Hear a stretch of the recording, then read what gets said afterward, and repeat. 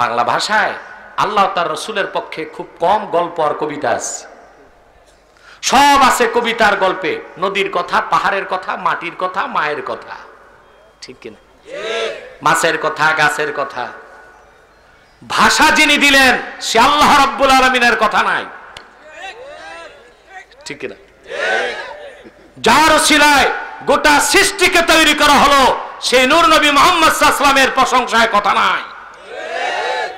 বরং যারা লিখে গেছেন তাদের কবিতার গল্পগুলো বই থেকে বাদ দেওয়া হচ্ছে। লিখছেন বাংলার ইতিহাসে কবি নজরুল।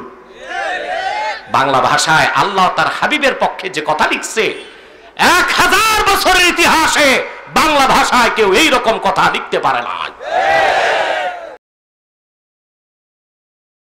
نحمده ونستعينه ونستغفره ونعوذ بالله من شرور أنفسنا ومن سيئات أعمالنا. من يهده الله فلا مضل له ومن يضلله فلا هادي له. ونشهد أن لا إله إلا الله وحده لا شريك له. ونشهد أن سيدنا وحبيبنا ومولانا محمدا عبد الله ورسوله صلى الله عليه وعلى آله وصحبه وسلم، الذي أكمل الله به قصر النبوة، أي ختم الله به النبوة وحكما لا نبي بعده، وأعلن في القرآن بالبرهان أن محمدا صلى الله عليه وسلم خاتم النبيين والمرسلين، الذي أرسله بالحق بشيرا ونذيرا وداعيا إلى الله بإذنه وسراجا منيرا. فقد قال الله تعالى في كلامه المجيد والفرقان الحميد: أعوذ بالله من الشيطان الرجيم. بسم الله الرحمن الرحيم. قل يا أهل الكتاب تعالوا إلى كلمة سواء بيننا وبينكم ألا نعبد إلا الله ولا نشرك به شيئا ولا يتخذ بعضنا بعضا أربابا من دون الله، فإن تولوا فقولوا اشهدوا بأننا مسلمون. صدق الله العظيم. وصدق رسوله النبي الكريم، ونحن على ذلك من الشاهدين والشاكرين، والحمد لله رب العالمين. إن الله وملائكته يصلون على النبي يا أيها الذين آمنوا صلوا عليه وسلموا تسليما. اللهم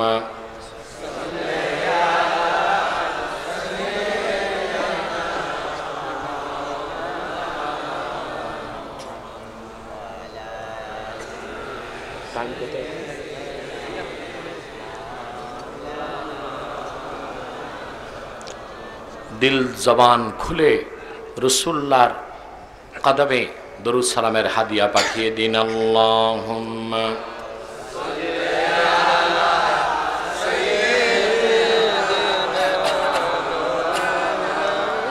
আর একটু চিকন হবে, একটু ভাষায়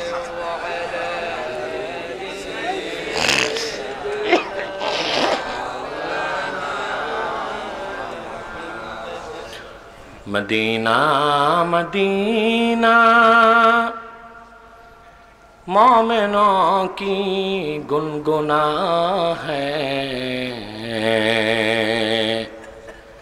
दीदारे मदीना आशिकों की तमन्ना है। अल्लाहुम्मा सल्ले अला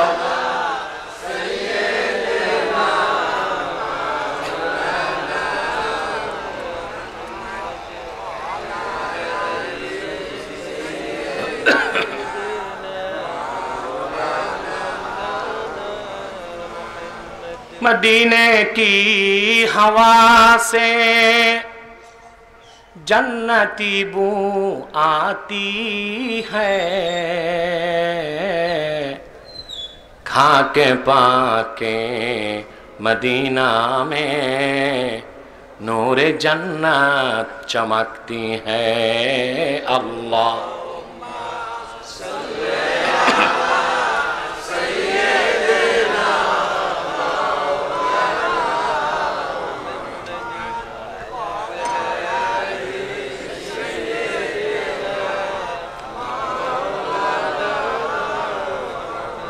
मुहम्मदुन रसूलुल्लाह सल्लल्लाहु अलैहि वसल्लम खतमल्लाहु बिहिन नबुव्वा व हकमन ला नबिय्य बअदहु बलगल उला बिकमालिही हसनत जमीअ खिसालिही बलगल उला बिकमालिही कशफत दुजा बिजमालिही हसनत जमीअ खिसालिही।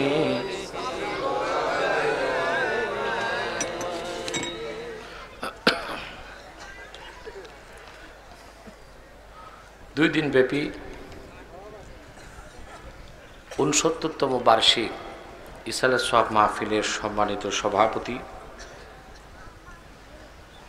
উপস্থিত পীরজাদা আলহাজ ফরিদউদ্দিন আহমদ বারাকাল্লাহু ফি উমরি, হাজারাত উলামায়ে কেরাম, তুলাবায়ে এজাম, এই ঐতিহ্যবাহী পশ্চিম সিং দরবারের খোলাফা, ফুজালা, সালেক ভক্তবৃন্দ এবং বিভিন্ন প্রান্ত থেকে আগত আমার মুসলমান ভাই ও বন্ধুগণ, সকলকে অন্তরের অন্তঃস্থল থেকে জ্ঞাপন করছি মুবারক। সবটুকুন শুকরিয়া আল্লাহ সুবহানাহু ওয়া তাআলার জন্যে, যিনি আজকের এই মুতাবাররাক মাহফিলে আমাদেরকে আশার বসার তৌফিক দয়া করে ভিক্ষা দান করেছেন। সেজন্য আসুন আমরা সকলে একবার অবনত চিত্তে হৃদয়ের আবেগ অনুভূতি উজাড় করে সমবেত কণ্ঠে বলি আলহামদুলিল্লাহ।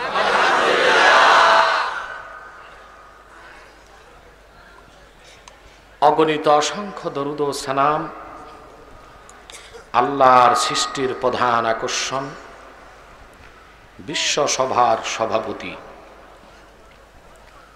সকল নবী রাসূলগণের মাথার তাজ, শামসুল হিদায়াত, বদরুদ্দুজা, সাইয়্যিদুস সাকালাইন, ইমামুল মুরসালিন, খাতামুন নবিয়্যিন ওয়াল মুরসালিন, আফতাবে নবুওয়াত, শাহনশাহে রিসালাত, সরকারে দো জাহাं, সুলতানুল মদিনা, নবিয়ুল আম্বিয়া, হুজুরে আকরাম, নূরে মুজাসসাম, নূরুন আলা নূর সাইয়্যিদিনা হাবিবিনা শাফিঈনা মাওলানা মুহাম্মদ সাল্লাল্লাহু আলাইহি ওয়াসাল্লামার উপর আল্লাহ জাল্লা যিকরুহু ওয়া আম্মা নাওয়ালুহু, যাকে আজ থেকে ১৫০০ বছর আগে প্রেরণ করেছেন, সর্বশ্রেষ্ঠ ও সর্বশেষ নবী ও রাসূল হিসেবে, যার পরে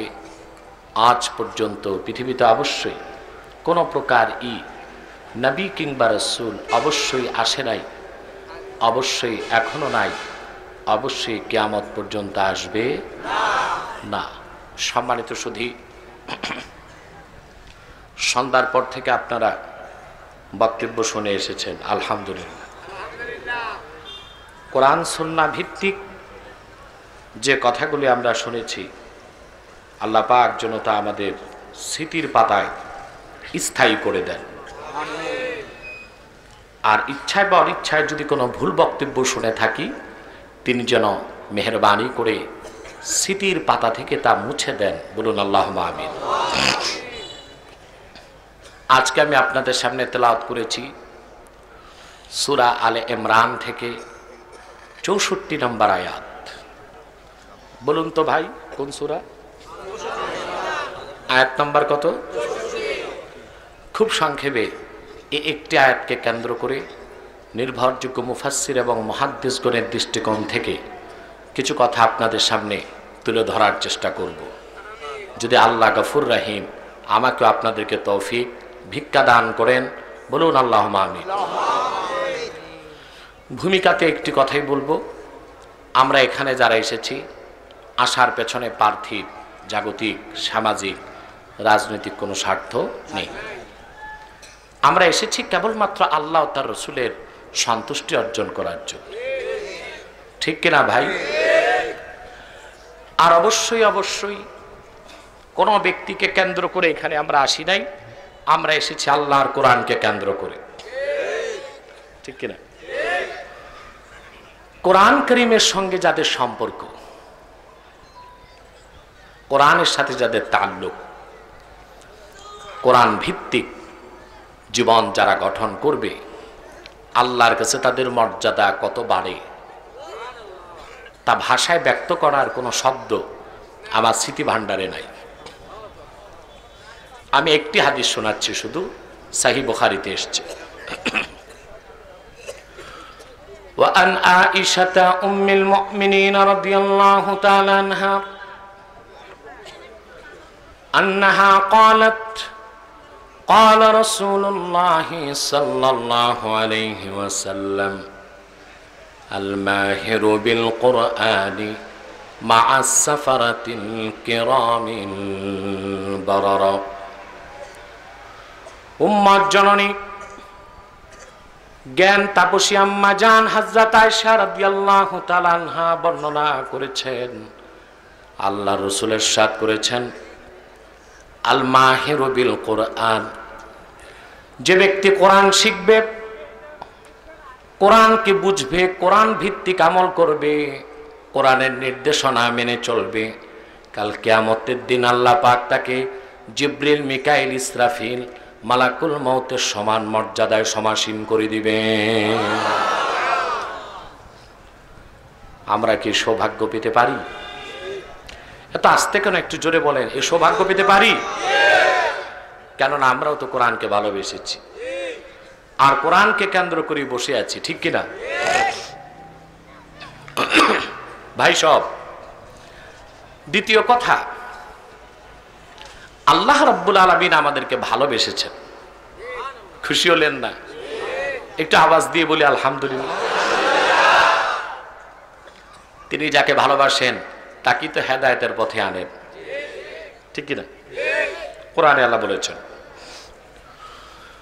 কুল ইন্নাল্লাহা ইউদিল্লু মান ইয়াশাউ ওয়া ইয়াহদি ইলাইহি মান আনাব।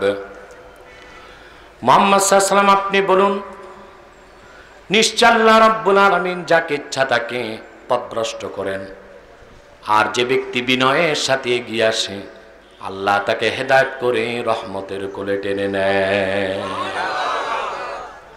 এই যে আল্লাহ পাক ভালোবেসেছেন, হেদায়েতের পথে আনলেন, এতে আমরা খুশি না বেজার? বেশি না কম? সেজন্য শয়তান কিন্তু বেজার।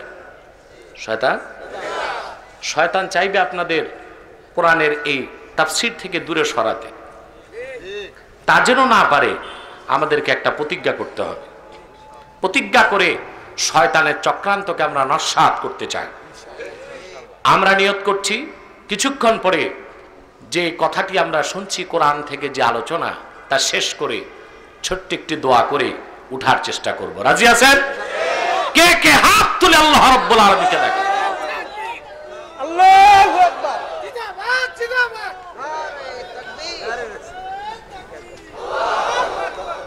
আল্লাহ কবুল করুক, আল্লাহ মঞ্জুর করুক, বলুন আল্লাহুম্মা আমিন।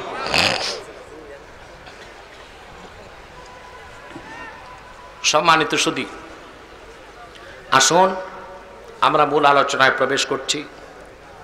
আমার সঙ্গে আপনারাও তিলাওয়াত করুন, যেন প্রতিটি অক্ষরে নূর আল্লাহ তাআলা আমাদের সিনায় মানকুশ করে দেন। বলেন আল্লাহুম্মা আমিন। আউযু বিল্লাহি মিনাশ শাইতানির রাজীম। বিসমিল্লাহির রাহমানির রাহিম।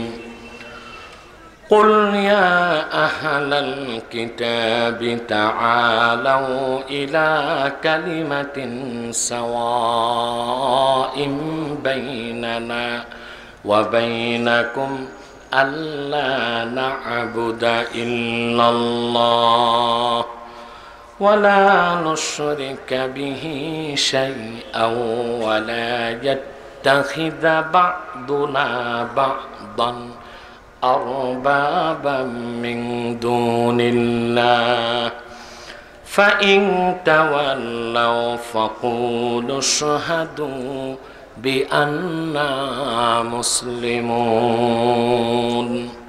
صدق الله العظيم। জবান খুলে পড়েন সাদাকাল্লাহুল আযীম ওয়া সাদাকা রাসূলুহুন নবিয়ুল কারীম ওয়া নাহনু আলা যালিকা মিনাশ শাহিদিন ওয়াশ শাকিরিন ওয়াল হামদুলিল্লাহি রাব্বিল আলামিন।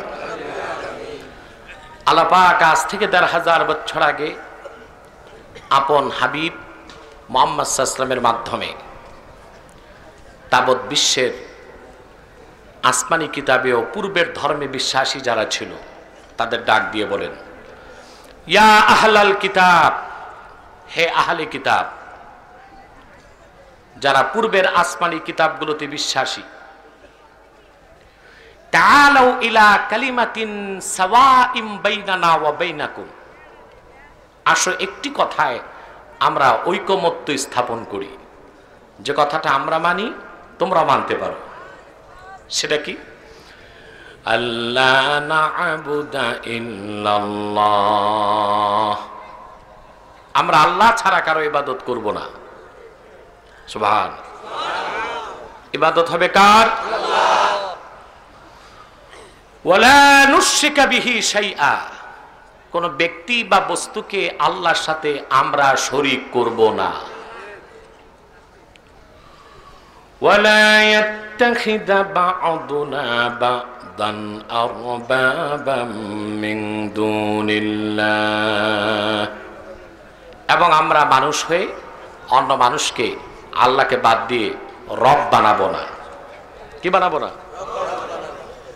ফাইন তাওয়াল্লাউ, এই কথা যদি তোমরা না মানো, এই কথা থেকে যদি মুখ ফিরিয়ে নাও, ফাকুলু শাহাদু, তোমরা সাক্ষী থাকো, বিআন্না মুসলিমুন, আমরা মুসলমান, আমরা এই কথা মানি। সুবহানাল্লাহ। আল্লাহর কোরআনের দাওয়াতের মূল কথাটি আল্লাহ পাক সূরা আলে ইমরানের ৬৪ নম্বর আয়াতে বলে দিলেন। এই যে এত ওয়াজ হয়, মাহফিল হয়, মেহনত হয়, চেষ্টা হয়, সবকিছুর মূলেই তো আল্লাহর দ্বীন প্রতিষ্ঠা করা, ঠিক কিনা? দিনদার হওয়া, দ্বীন প্রতিষ্ঠা করা। প্রথম কি হওয়া?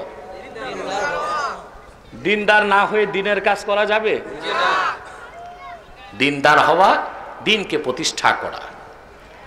সেই দ্বীনের মূল বক্তব্যটি আল্লাহ পাক সূরা আলে ইমরানের 64 নম্বর আয়াতে দিয়েছেন। সুবহানাল্লাহ বলবেন। পার্থক্য কি? পূর্বে লাখের উপর নবী দ্বীনের দাওয়াত দিয়েছেন, আর এই দ্বীন প্রতিষ্ঠার জন্য রাসূলুল্লাহ সাল্লাল্লাহু আলাইহি ওয়াসাল্লামের মাধ্যমে কোরআন এসেছে। পার্থক্য, পূর্বের নবীগণ যে দ্বীনের দাওয়াত দিতেন তা হতো আঞ্চলিক, আখিরি নবী মুহাম্মদ সাল্লাল্লাহু আলাইহি ওয়াসাল্লাম যে দ্বীনের দাওয়াত দিলেন তা হলো সার্বজনীন, সামগ্রিক। বলেন সুবহানাল্লাহ। সেজন্য রাসূলুল্লাহর দাওয়াতটা শুধু আরববাসীর জন্য ছিল না, গোটা বিশ্বের মানুষের জন্য ছিল, সকল ধর্মের অনুসারীর জন্য ছিল। বলেন সুবহানাল্লাহ। এটা তো বুঝেন আপনারা। আল্লাহর আখিরি নবী, নবী কুল সম্রাট মুহাম্মদ সাল্লাল্লাহু আলাইহি ওয়াসাল্লাম শুধুমাত্র আরববাসীর জন্য আসেন নাই, তিনি এসেছেন সমগ্র বিশ্ব মানবতার কল্যাণের জন্য, মুক্তির জন্য। কোরআন হাকিম আল্লাহ তাআলা বলেন, কুল ইয়া আইয়ুহান নাসু ইন্নী রাসূলুল্লাহি ইলাইকুম জামিআ।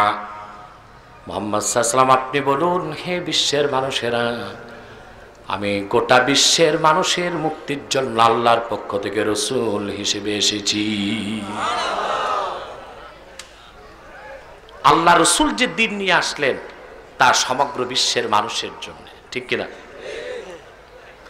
রাসূলুল্লাহ সাল্লাল্লাহু আলাইহি ওয়াসাল্লাম, আপনার ওদিক কি তাকান, এদিক তাকান, এদিক তাকান, কোরআন এখানে, আর পিছনে যে আওয়াজগুলো বন্ধ করেন। খেয়াল করছেন কথা? আর নূর নবী মুহাম্মদ সাল্লাল্লাহু আলাইহি ওয়াসাল্লাম তিনি একটি জাতির হেদায়েতের জন্য আসেন নাই, সকল জাতির হেদায়েতের জন্য এসেছেন, ঠিক কিনা? আল্লাহ রাব্বুল আলামিন বলেন, ইন্নামা আনতা মুনযির ওয়া লিকুল্লি কওমিন হাদ। মুহাম্মদ সাল্লাল্লাহু আলাইহি ওয়াসাল্লাম নিশ্চয় আপনি সতর্ককারী এবং পৃথিবীর সকল জাতির জন্য একমাত্র হেদায়েতকারী। এত আসতে বললেন তো। রাসূলুল্লাহ এসেছেন গোটা বিশ্বের মানুষের মুক্তির জন্য, আর কোরআন এসেছে শুধু আরববাসীর জন্য, মুসলমানের জন্য। সুবহানাল্লাহ বলবেন। আল্লাহ রাব্বুল আলামিন বলেন, ইয়া আইয়ুহান নাসু ক্বাদ জাআতকুম মাউইযাতুম মির রাব্বিকুম ওয়া শিফাউন লিমা ফিস সুদূর। হে মানব জাতি, তোমাদের সবার জন্য তোমাদের রবের পক্ষ থেকে এসেছে একটি উপদেশমালা, এবং পৃথিবীর সকল মানুষের অন্তরের রোগের আরোগ্য হিসেবে এসেছে 30 পারা কোরআন। সুবহানাল্লাহ। এখন একটা প্রশ্ন নাস্তিকদের পক্ষ থেকে আসে। কাদের পক্ষ থেকে? এবং খ্রিস্টানদের মধ্যে একদল খ্রিস্টান আছে, এটা জানেন না আপনারা? তারা আল্লাহ রসুল মুহাম্মদ সাল্লাল্লাহু আলাইহি ওয়াসাল্লামকে রসুল হিসেবে বিশ্বাস করে, কিন্তু মনে করে তিনি শুধু রসুলে আরবি, আরববাসীদের রসুল, সবার রসুল না। নাউজুবিল্লাহ বলবেন। এতে তাদের মুসলমান বলা যাবে? খ্রিস্টানদের এ দল কারা আমি বলে দিচ্ছি আলেমদের সুবিধার জন্য। আরবে একটা জায়গা আছে, তার নাম নাজরান। কি না? রাসূলুল্লাহর জামানায় এই নাজরান থেকে 60 জন খ্রিস্টান আলেম মদিনা মুনাওয়ারায় এসেছিল। কতজন? এসে তারা রাসূলুল্লাহর কাছে কিছু প্রশ্ন করেছিল। তাদের প্রশ্নের জবাবে সূরা আলে ইমরানে আল্লাহ পাক 80টা আয়াত নাযিল করছে। কতটা? আমার জন্য দোয়া করবেন। আগামীতে আমি আসি কিনা এখানে জানি না, যদি আসি তো মাইক নিয়ে আসবো ইনশাআল্লাহ, নিয়ত করছি। বসেন, এত জোরে ঠিক বলার দরকার নেই। সম্মানিত সুধী, কতজন খ্রিস্টান গেছিল? আরবের 60, আরবের নাজরান থেকে। কোত্থেকে? 60 জন খ্রিস্টানের প্রশ্নের জবাবে আল্লাহ পাক আলে ইমরানে, সূরা আলে ইমরানে 80টি আয়াত নাযিল করছে। ওই প্রত্যেক খ্রিস্টান স্বীকার করেছিল মুহাম্মদ সাল্লাল্লাহু আলাইহি ওয়াসাল্লাম আল্লাহর রাসূল, তবে আরবের রাসূল। এই জন্য তাদেরকে মুসলমান বলা যাবে না, তারাও কাফের, কারণ মুহাম্মদ সাল্লাল্লাহু আলাইহি ওয়াসাল্লাম সকলের রাসূল। সুবহানাল্লাহ, জোরে বলবেন না? মুহাম্মদ সাল্লাল্লাহু আলাইহি ওয়াসাল্লাম শুধু আরবের রাসূল না, সবার রাসূল। সুবহান। ওই খ্রিস্টানদের অনুসারী এখন যারা আছে এবং মুসলমান নামধারী যারা কাফের, মুশরিক, নাস্তিক, বেঈমান, ব্লগার, তাদের পক্ষ থেকে প্রশ্ন, কোরআন যদি সবার জন্য হয় তা আরবিতে কেন? এই প্রশ্নে মানুষের মধ্যে ওয়াসওয়াসা আসে কিনা? তর্কের খাতিরে যদি বলি যে হ্যাঁ আরবিতে এসেছে, তাহলে তাদের জবাবে বলতে হয় তাহলে প্রত্যেক ভাষার জন্য আলাদা আলাদা ভাষায় কোরআন নাজিল দরকার ছিল। তো পৃথিবীতে ভাষা আছে বর্তমানে 2500, তাহলে 2500 ভাষায় কোরআন নাজিলের দরকার হইতো। প্রশ্ন আসে কিনা? এই খ্রিস্টানদের এবং নাস্তিকদের ইসলাম বিরোধী এই প্রশ্নের জবাব দিতে আমাদের লাগে 30 সেকেন্ড। কত সেকেন্ড? আল্লাহ পাক নিজেই জবাবটি দিয়ে দিয়েছেন। সুবহানাল্লাহ বলেন কোরআন কারীমের মধ্যে। আল্লাহ পাক বলেন, কাযালিকা আওহাইনা ইলাইকা কুরআনান আরাবিয়ান লিতুনযিরা উম্মাল কুরা ওয়া মান হাওলাহা ওয়া তুনযিরা ইয়াওমাল কুরা ওয়া মান হাওলাহা।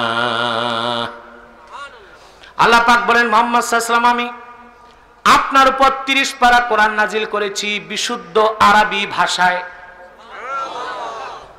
লিতুনযিরা উম্মাল কুরা, যেন আপনি সতর্ক করতে পারেন উম্মুল কুরা, সারা পৃথিবীর রাজধানী মক্কার মানুষকে, ওয়া মান হাওলাহা, এবং মক্কার চারপাশে পৃথিবীতে যত দেশ আছে, জনপদ আছে, সবার সতর্ক করতে পারেন, সবাইকে হেদায়েত করতে পারেন। সেজন্য আমি বিশুদ্ধ আরবি ভাষায় কোরআন নাজিল করেছি আপনার উপর।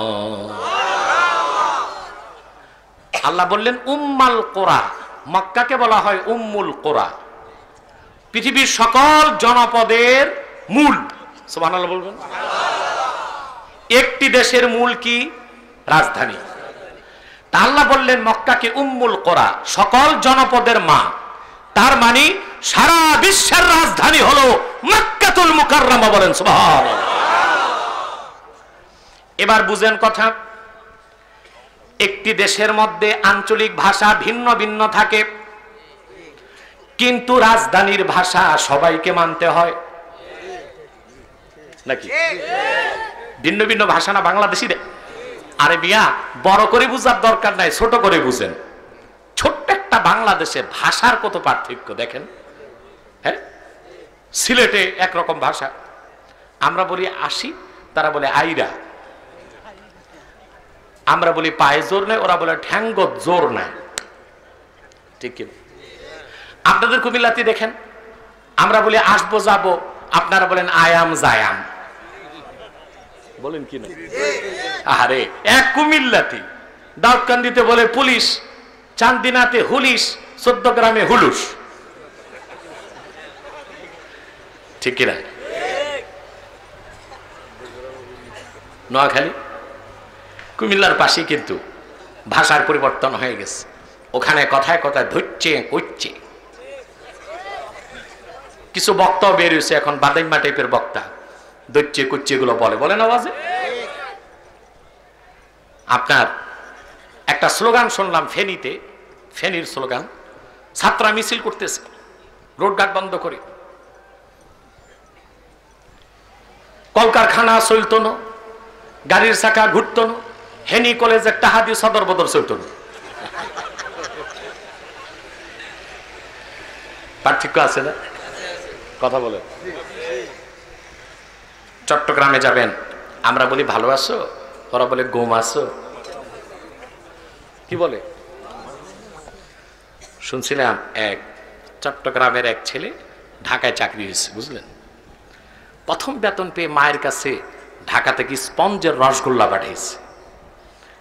জীবনে মা এরকম রসগোল্লা খায়নি, খেয়ে তো প্রচন্ড খুশি মা। আর তখন বাংলাদেশের নতুন মোমবাতি বের হয়েছে, পরের মাসে পাঠাইছে 1 প্যাকেট মোমবাতি। তো মা ভাবছে এটা রসগোল্লার মতো কোনো মিষ্টি, এটা চাবাইছে কতক্ষণ, একটা রসগোল্লা আর একটা।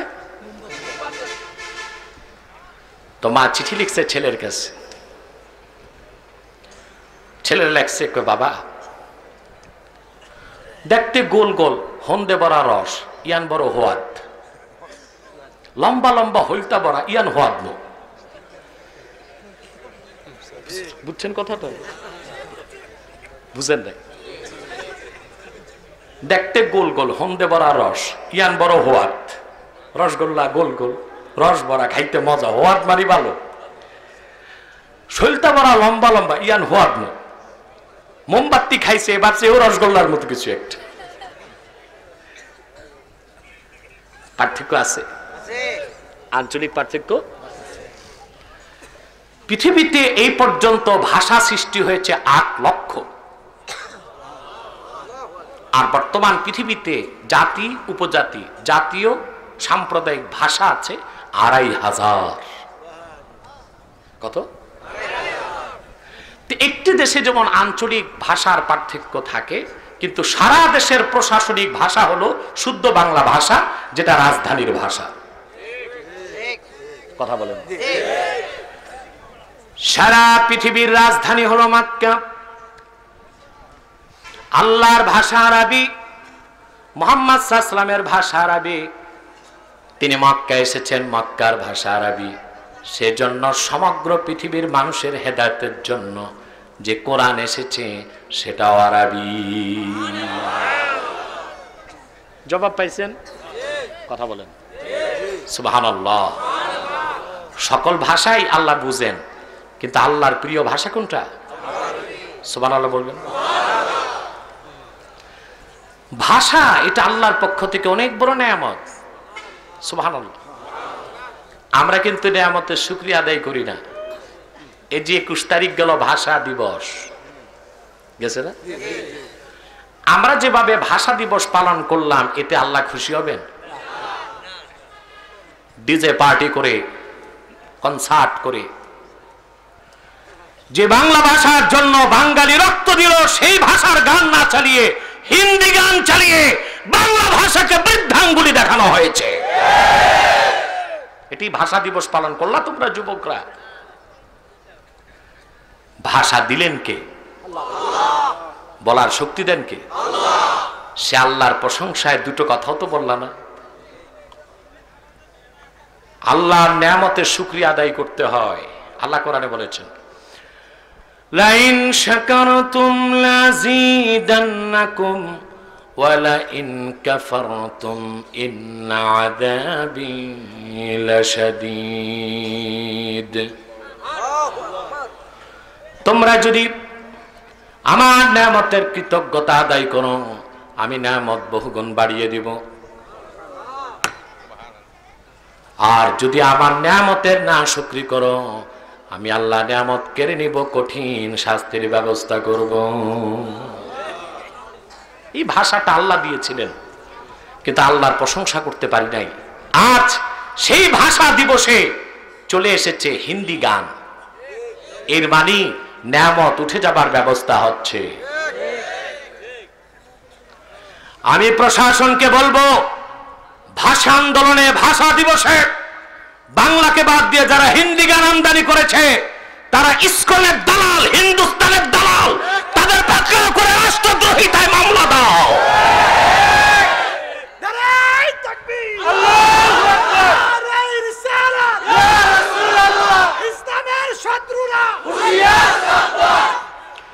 এই দুঃসাহস তাদেরকে কে দিয়েছে? খতিয়ে দেখো। সম্মানিত সুধী, এই ভাষা দিছেন কে? ভাষা বলতে দেন কে? আপনি কি ভাবছেন ঠোঁট নাড়লেই কথা বলেন? সুবহানাল্লাহ। আল্লাহর বহুত বড় নেয়ামত এই কথা বলা। কথা কিভাবে বলে জানেন? মানুষের কথা জাগে মনে। কথা জাগে মনের কথা আসে মুখে। কেমনে আসে? সুবহানাল্লাহ। কথা যখন মনে জাগে, মস্তিষ্ক কথাটাকে সাজায়। কি বলবেন? যার মস্তিষ্ক যত ধার, তার কথা তত ধার। দেখেন না, নেতা অনেক বড়, কথা কইতে পারে না, আছে কি? আবার ছোট নেতা বক্তব্য থেকে অগ্নি ঝরে। কথা জাগে মনে, তা সাজায় কে? প্ল্যানার, মাথা। এখন মনের কথা ঠোঁটে আসবে কেমনে? কিছু মাধ্যম লাগবে না? ফুসফুস আল্লাহর হুকুমে বাতাস সাপ্লাই করে। ফুসফুস যখন বাতাস চাপ দেয়, আপনার মনের কথা ষড়যন্ত্রের মাধ্যমে দুই ঠোঁটের ঘর্ষণে অক্ষরে রূপ নিয়ে ভাষায় পরিণত হয়ে যায়। এটা বলান কে? ভাষা দিলেন কে? ওই আল্লাহর প্রশংসা নাই। বাংলা ভাষায় আল্লাহ তার রসুলের পক্ষে খুব কম গল্প আর কবিতা আছে। সব আছে কবিতার গল্পে। নদীর কথা, পাহাড়ের কথা, মাটির কথা, মায়ের কথা, ঠিক কিনা? মাছের কথা, গাছের কথা। ভাষা যিনি দিলেন সে আল্লাহ রাব্বুল আলামিনের কথা নাই, ঠিক কিনা? যার ওসিলায় গোটা সৃষ্টিকে তৈরি করা হলো, সেই নূর নবী মুহাম্মদ সাল্লাল্লাহু আলাইহি ওয়াসাল্লামের প্রশংসায় কথা নাই। বরং যারা লিখে গেছেন তাদের কবিতার গল্পগুলো বই থেকে বাদ দেওয়া হচ্ছে। লিখছেন বাংলার ইতিহাসে কবি নজরুল। বাংলা ভাষায় আল্লাহ তার হাবিবের পক্ষে যে কথা লিখছে, 1000 বছরের ইতিহাসে বাংলা ভাষায় কেউ এইরকম কথা লিখতে পারে না। নজরুল আল্লাহর প্রশংসায় লিখছে, এই সুন্দর ফুল, এই সুন্দর ফল, মিঠা নদীর পানি, খোদা তোমার মেহেরবানি। আল্লাহু আকবার। কোথায় আজকে কবিতা তো নাই বইতে। কথা বলেন, বইতে আছে কোনটা? ওই দেখা যায় তাল গাছ, ওই আমাদের গা, ঠিক কিনা? এরপরে আছে হাত্তিমা টিম টিম ঘোড়ায় পারে ডিম। নাবালেক বাচ্চারে বাল্যকাল থেকে মিথ্যা শিখানো হয় যে ঘোড়ায় ডিম পারে, ঠিক কিনা? হাত্তিমা টিম টিম ঘোড়ায় পারে, নাউজুবিল্লাহ কইবেন না? নজরুল অনেক কবিতা লিখছে। রাসূলুল্লাহর শানে একটা কবিতা লিখছে, সে আমি ভুলতে পারি না। আমার নূর নবীর শানে নজরুল লিখেছে, আমি যদি আরব হতাম ওই মদিনারি পথ, সে পথে মোর হেঁটে যেতেন নূর নবী হযরত। সুবহানাল্লাহ। আবার রাসূলের প্রতি নজরুলের কি ভালোবাসা ছিল। কবিতার ভাবটা বুঝছেন? আমি যদি আরব হতাম ওই মদিনারি পথ, সেই পথে মোর হেঁটে যেতেন নূর নবী হযরত। সুবহানাল্লাহ, আল্লাহু আকবার। কোথায় আছে এই কবিতাগুলো? নাই কেন বইতে? সেজন্যই বাংলাদেশের রবীন্দ্রনাথের দালালেরা আমার নজরুলকে অবহেলা করে থাকে। রবীন্দ্র জয়ন্তী পালন হয়, সব টিভি চ্যানেল দেখায়, কিন্তু নজরুলের কদর নাই। সারা জীবন যে রবীন্দ্রনাথ ইংরেজদের গোলামি করেছে, দালালি করেছে, তার গুণগান শুনতে চাই না।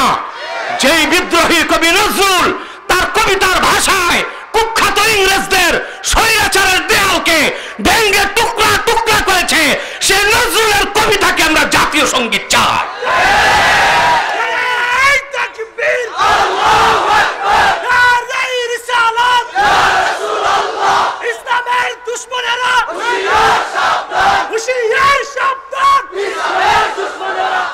আমার ভাইরা, ভাষা কে শিখিয়েছেন?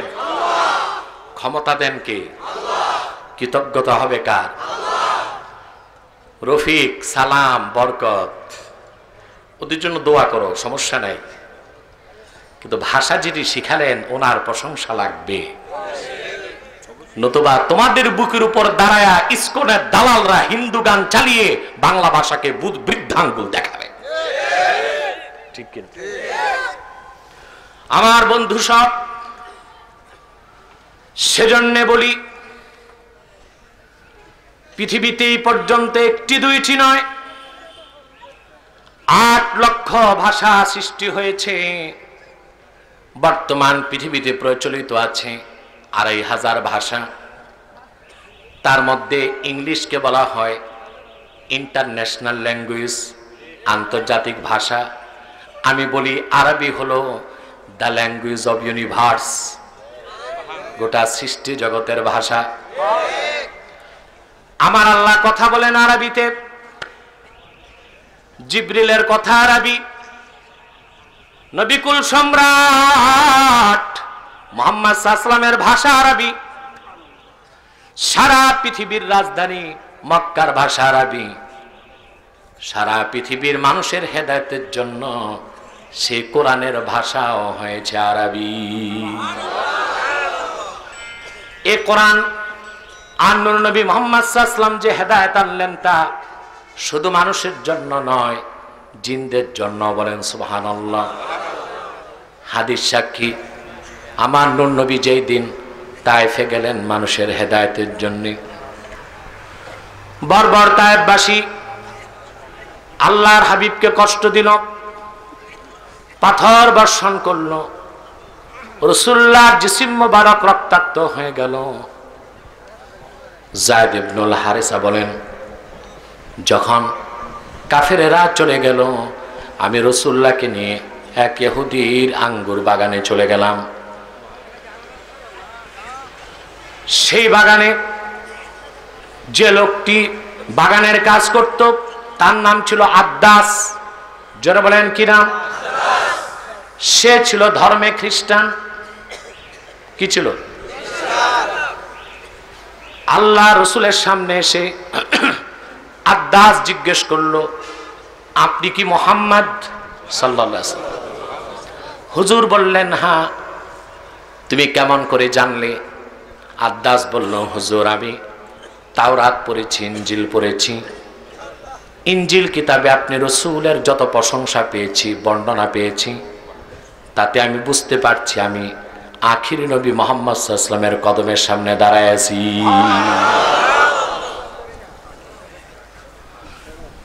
আদ্দাস বললেন, ইয়া রাসূলুল্লাহ, ইয়া হাবিবাল্লাহ,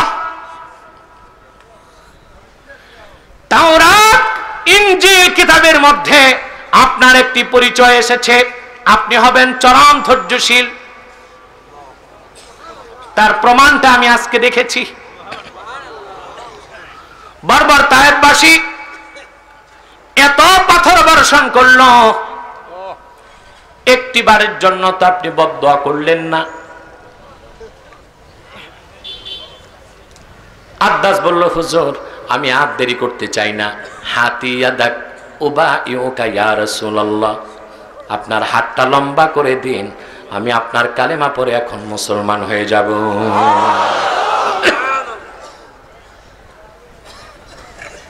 আদ্দাস মুসলমান হয়ে গেলেন।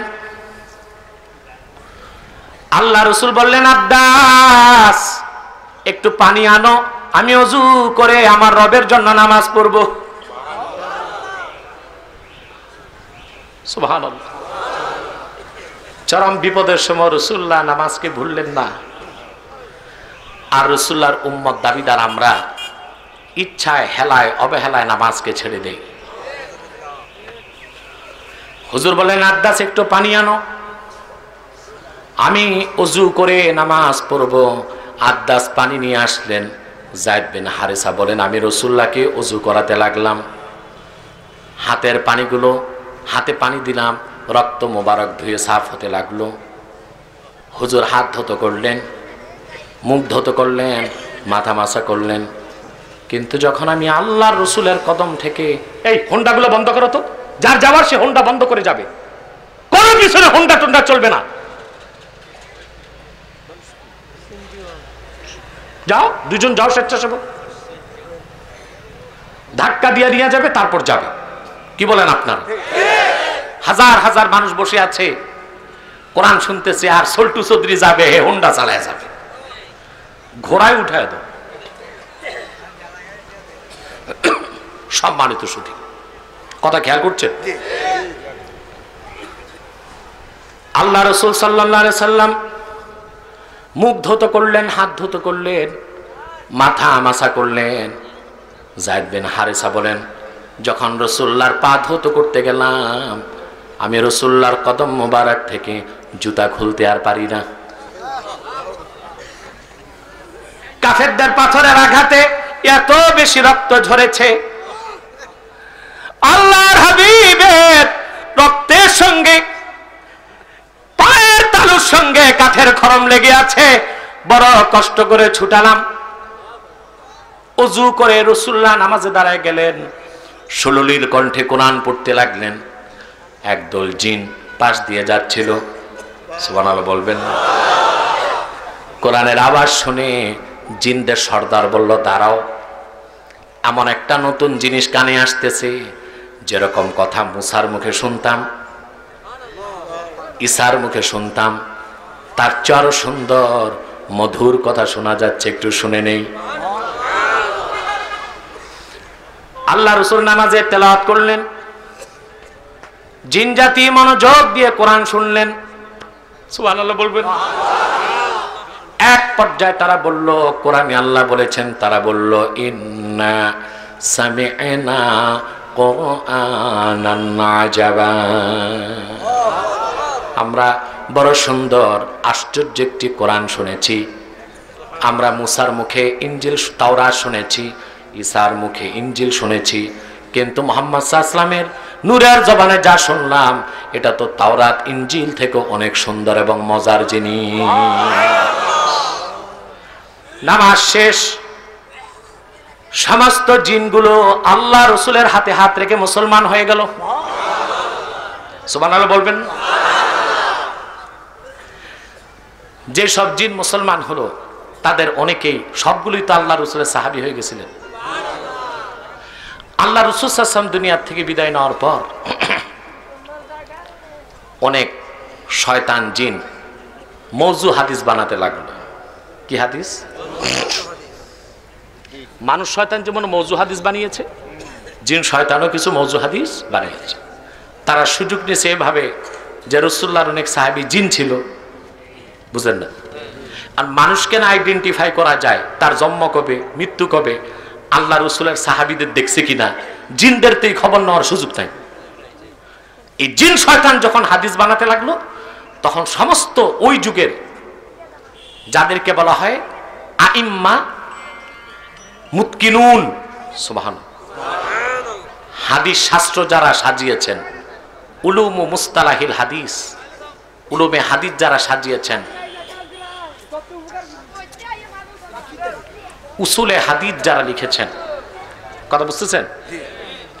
তারা সবাই মিলে সিদ্ধান্ত নিলেন যে রাসূলুল্লাহ সাল্লাল্লাহু আলাইহি ওয়াসাল্লামের জিন সাহাবীদের মধ্য থেকে একজন জিন সাহাবীর হাদিস নেওয়া যাবে।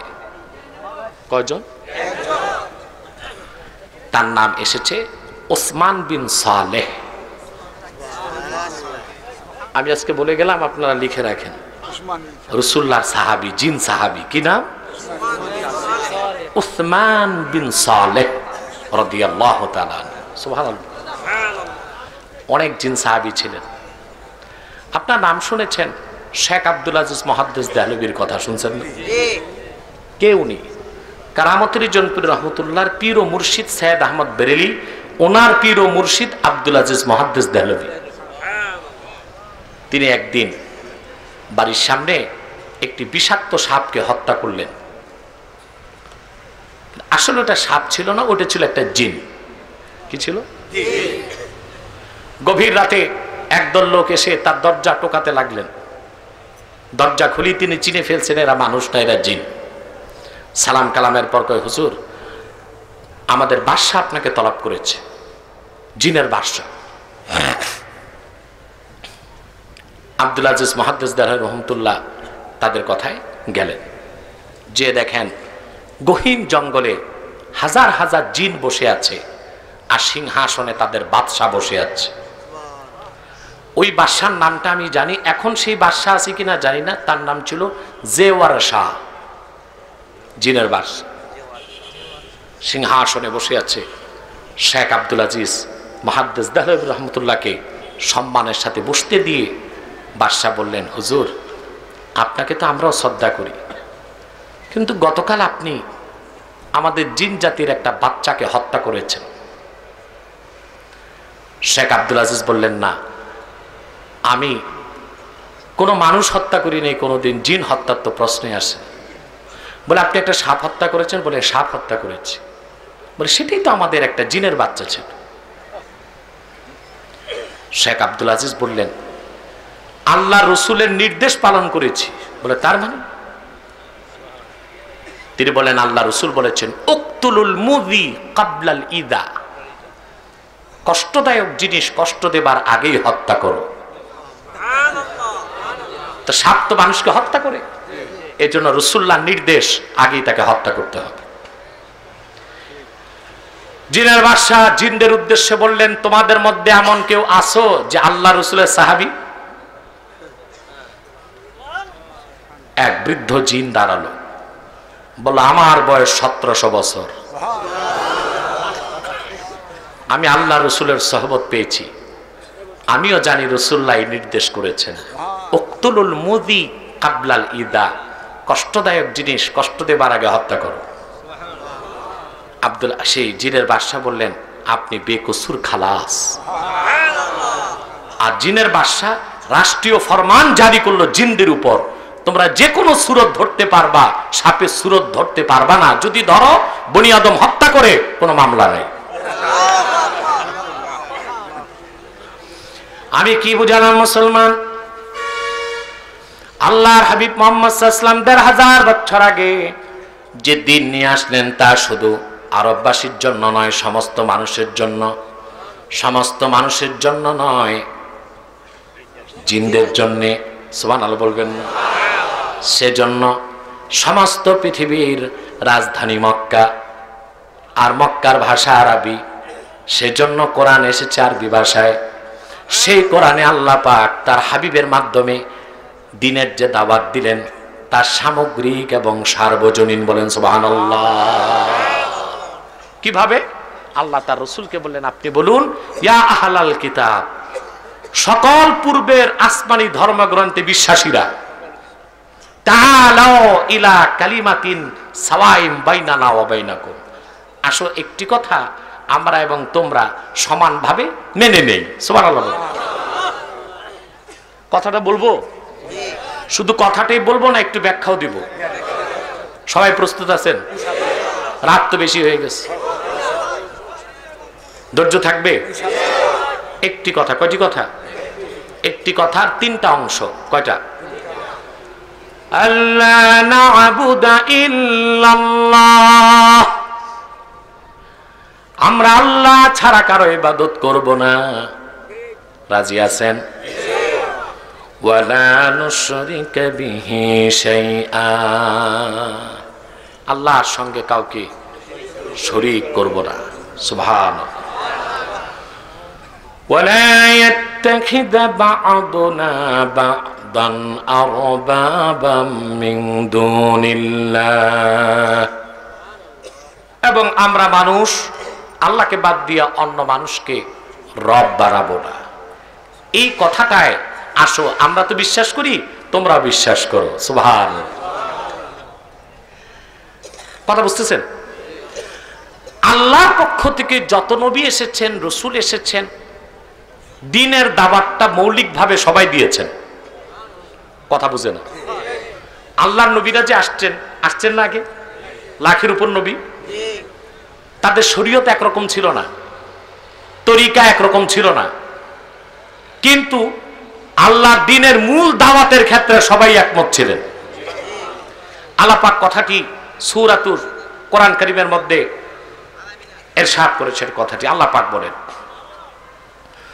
شرع لكم من الدين ما وصى به نوحا والذي أوحينا إليك وما وصينا به إبراهيم وموسى وعيسى أن أقيموا الدين ولا تتفرقوا فيه كبر على المشركين ما تدعوهم إليه الله يجتبي إليه من يشاء ويهدي إليه من ينيب আল্লাহ রাব্বুল আলামিন বলেন শারা'a লাকুম মিনাদ দীনি মা ওয়াসসা বিহি নূহা ওয়াল্লাযী আওহায়না ইলাইক।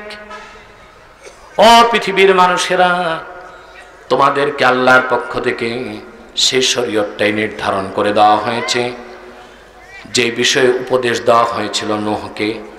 আল্লাহ পাক বলেন এবং সে একই বিষয়ে যা মুহাম্মদ সাল্লাল্লাহু আলাইহি ওয়াসাল্লাম আপনাকে আমি দিয়েছি ওহীর মাধ্যমে, এবং যে বিষয়ে আমি উপদেশ দিয়েছিলাম ইব্রাহিমকে, মূসাকে, ঈসাকে, আর সে বিষয়টা হলো আন আকিমুদ্দিন, তোমরা দিনকে কায়েম করো।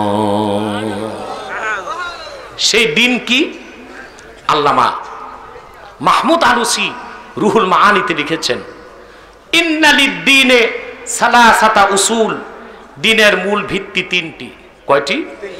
যারা বলে এক তাওহীদ, দুই ইবাদত, তিন সালাত। সুবহানাল্লাহ। এজন্য আল্লাহর পক্ষ থেকে যত নবী এসেছেন দিনের প্রচার করেছেন, তারা আল্লাহর তাওহীদের প্রচার করেছেন, আল্লাহর ইবাদতের কথা বলেছেন, সালাতের কথা বলেছেন। বলেন সুবহানাল্লাহ। তা আল্লাহ যে কথায় আমাদের একমত পোষণ করতে বললেন গোটা মানব জাতিকে, তার প্রথম কথা কি? আল্লাহ নাবুদা ইল্লাল্লাহ, একমাত্র ইবাদত হবে কার? সর্বশক্তিতে বলেন ইবাদত হবে কার? মানুষের অস্তিত্বের সাথে আল্লাহ তার ইবাদতকে সংযুক্ত করে দিয়েছে। মানুষের সৃষ্টি কোথায়? কথা বলেন। জান্নাত। সুবহানাল্লাহ বলবেন না জঙ্গলে? কেউ কেউ বিশ্বাস করে মানুষের সৃষ্টি জঙ্গলে। নাস্তিকরা, কমিউনিস্টরা, চার্লস ডারউইনের মুরিদরা। ডারউইন বলে গেছে তার দ্য থিওরি অফ এভলিউশন, বিবর্তনবাদ বইতে, মানুষ এসেছে বানর থেকে। তাহলে তাদের কথায় বোঝা যায় মানুষের সৃষ্টি কই? কথা বলে। আর আল্লাহ বলতেছেন মানুষের সৃষ্টি কই? সুবহানাল্লাহ বলবেন। তাহলে গণতন্ত্র, সমাজতন্ত্র, রাজতন্ত্র, প্রচলিত দর্শন, বিজ্ঞান মানুষ ও মানবতার সম্মান দেয় নাই, মানুষের মর্যাদা দিয়েছে আল্লাহর কোরআন। ঠিক কিনা? প্রথম মানুষটির সৃষ্টি কই? সৃষ্টির সাথে সাথে আল্লাহ তার উপর ইবাদতকে ফরজ করলেন। যে ইবাদতের কথা বলছি বিরাট ঘটনা, তা তো আমি বলবো না, যতটুকু বুঝার জন্য দরকার ততটুকু বলছি। আদমকে আল্লাহ সৃষ্টি করলেন বেহেশতে। সৃষ্টির পর কিছুদিন আদম বেহেশতে ঘোরাঘুরির পর তার মনে জাগলো যদি সঙ্গী একটা পাইতাম। সুবহানাল্লাহ।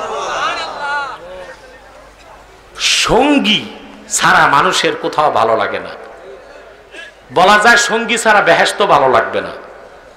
সুবহানাল্লাহ। বেহেশত সঙ্গী ছাড়া মানুষের সবচেয়ে দুঃসহ হলো নিঃসঙ্গ জীবন। আমি যুবকদের বলে যাই, বাবা যদি জোয়ান থাকে, মা মরে গেছে, আল্লাহর হস্তে বাপটারে বিয়ে করায় দিও। ঠিক না? বুড়া মানুষ কয় ঠিক। কথা দিয়ে তাদের পক্ষে গেছে। যুবকরা, আমার দৃষ্টিতে একজন পুরুষের স্ত্রী দরকার জোয়ান কালে আর বুড়া কালে। আপনার কি বলেন? ঠিক না? বাবাকে যতই টাকা দেন, পয়সা দেন, সুখ দেন, তার সবচেয়ে বড় কষ্ট তার নিঃসঙ্গ জীবন। এটা মানুষ সহ্য করতে পারে না। শুনেছি বাংলাদেশে বৃদ্ধাশ্রম হচ্ছে। এটা আমাদের দেশে দরকার নেই। আমাদের দেশের যুবক যুবতী বুড়াকালে বাপ মাকে আরো বেশি আদর করে। আমার দৃষ্টিতে বাংলাদেশে দরকার বউ আশ্রম। যে বুড়ার বউ মরে গেছে, ছেলেরা বিয়ে করতে দেয় না, সরকার তারে বিয়ে করায়া বউ সহ একটা ফ্ল্যাট দিবে, সরকারি রেশন দিয়ে সে বউ পালবে। কি বলেন আপনারা? সুন্দর না? আহারে, আজকের মতো খুশি বুড়ার আর কোনো ওয়াজে হয়নি। আমি দেখেছি বুড়া মানুষ বিয়ের কথায় সবচেয়ে খুশি হয়, প্যারালাইজ হয়ে গেছে, ঠোঁট নড়ে না, বিয়ের কথা কইলে হাসি একটা দেয়। ঠিক কিনা? সম্মানিত সুধী, আদমের মনে জাগলো, সঙ্গী যদি পাইতাম একটা। হাদিস সাক্ষী, আল্লাহর জান্নাত এমন একটি জায়গা, মুখে বলার দরকার হয় না, মনে জাগলে আল্লাহ তা পূরণ করে দেন। আদমের মনে জাগলো, সঙ্গী যদি পেতাম, মুখে বলে নাই। ফাআলকাল্লাহু আলাইহিন নওম, আল্লাহ তারে ঘুম পাড়ায় দিলেন। ঘুমে থাকতেই তার বাম পাজরের বাঁকা হাড্ডি নিয়ে তার স্ত্রী হাওয়াকে বানাই দিলেন। সুবহানাল্লাহ। বাঁকা হাড্ডি দিয়ে বানাইছেন তো, এই জন্য পৃথিবীর সব মহিলা একটু বাঁকা। ঠিক, সব মহিলা একটু, যত অলি কুতুব আর দরবেশ দেখেন বউ কিন্তু একটু বাঁকাই থাকে। বেশি বললে বলে তোমার পিরালি বাইরে, ঘরে পিরালি চলবে না, আমার কথা চলবে। ঠিক না? আমার আব্বা হুজুর রহমতুল্লাহর বুকে শুনেছিলাম, এক অলি বউ তারে শুধু টর্চার করতো, বউ তারে মানতো না, বলতো বুঝছি তুমি আর কি বুজুর্গ হইছো, আমার চেয়ে বড় অনেক। একদিন তিনি বাড়ি আসছেন, বউ বলতেছে জানো আজকে বাইরে উঠানে দাঁড়িয়েছিলাম, দেখলাম এক বুজুর্গ আকাশ দিয়ে উড়ে যাচ্ছে। তো তিনি বলতেছে তুমি খেয়াল করে তো দেখো না, ওটা তো আমি ছিলাম। কো তাই তো দেখছি, একটু আঁকা বাঁকা গেছে।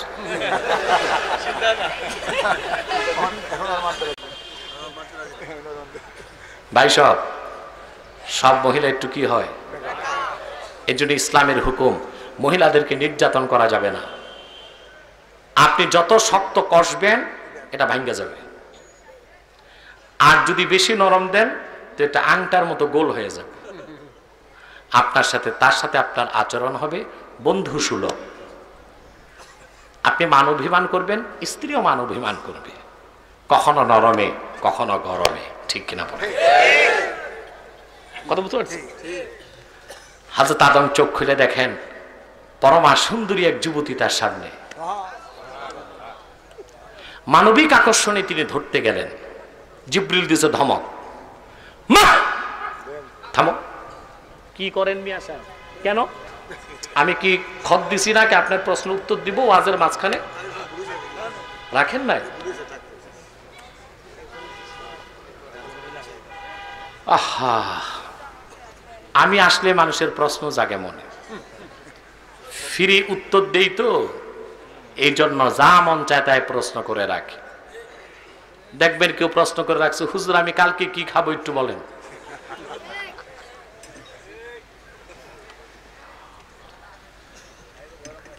আপনারা একটু প্রশ্ন যদি থাকে পিছনে দিবেন, আমি উত্তর দেওয়ার চেষ্টা করব ইনশাআল্লাহ। সম্মানিত সুধী, কথা খেয়াল করছেন? হযরত আদম গেছেন ধরতে, জিবরিল দিয়েছে ধমক, মা থামো। হযরত আদম খেপে গেছেন, আল্লাহ তাকে তৈরি করছেন আমার জন্য, আর তুমি বাধা দাও। জিবরিল বললেন আদ্দি মোহরাহা ক্বাবলা আন তামাসসাহা ইয়া আদম। রে আদম, তোমার স্ত্রীকে স্পর্শ করার আগে আল্লাহর হুকুমে তার মোহর আদায় করে দাও। তাহলে বোঝা যায় মোহরের শুরু থেকে। সে মোহর দিছেন আপনারা? মনে হয় না। কিছু দিছেন, বাকিটা তো বাকি রাখছেন নাকি? বাকি রাখছেন, দেন নাই মোহর আপনার। লিখতে সময় ক্রেডিট নেয় 30,30,330 টাকা 30 পয়সা 3 আনা। ফাও পয়সাগুলো ম্যারেজ রেজিস্টারের পকেটে যায়, সব বাকি। সুন্নাত হচ্ছে যতটুকু পারবেন ততটুক বলবেন, যতটুক বলবেন ততটুক দিবেন, গায়ে হাত দেবার আগে। বড় আফসোস, সেই মোহরের জায়গা দখল করেছে এখন যৌতুক। যৌতুকের অভিশাপে কত মেয়ে বুড়ি থেকে কুড়ি থেকে বুড়ি হয়ে যাচ্ছে, বিয়ে হচ্ছে না। যুবকরা, জোর করে স্ত্রী থেকে কিচ্ছু নিও না, এটাও এক প্রকার সন্ত্রাস। আমি বলে থাকি, পিস্তল ঠেকিয়ে যে যুবক ডাকাতি করে সে অস্ত্র সন্ত্রাসী। শিক্ষিত যে কর্মকর্তা ফাইল ঠেকিয়ে কলমে ঘুষ খায় সে কলম সন্ত্রাসী। বিয়ের পরে মেয়ের বাপ থেকে জোর করে যে যুবক টাকা নেয় সে যৌতুক সন্ত্রাসী। আমরা যৌতুক সন্ত্রাসীকে বয়কট করব। রাজি আছেন? বিয়েতে যৌতুক নেবেন? কে কে নেবেন না হাত উঠান, লম্বা করে। আলহামদুলিল্লাহ, মাশাআল্লাহ, বুড়া মানুষও হাত উঠেছে। বোঝা যায় নিয়ত আছে আর একটা করার।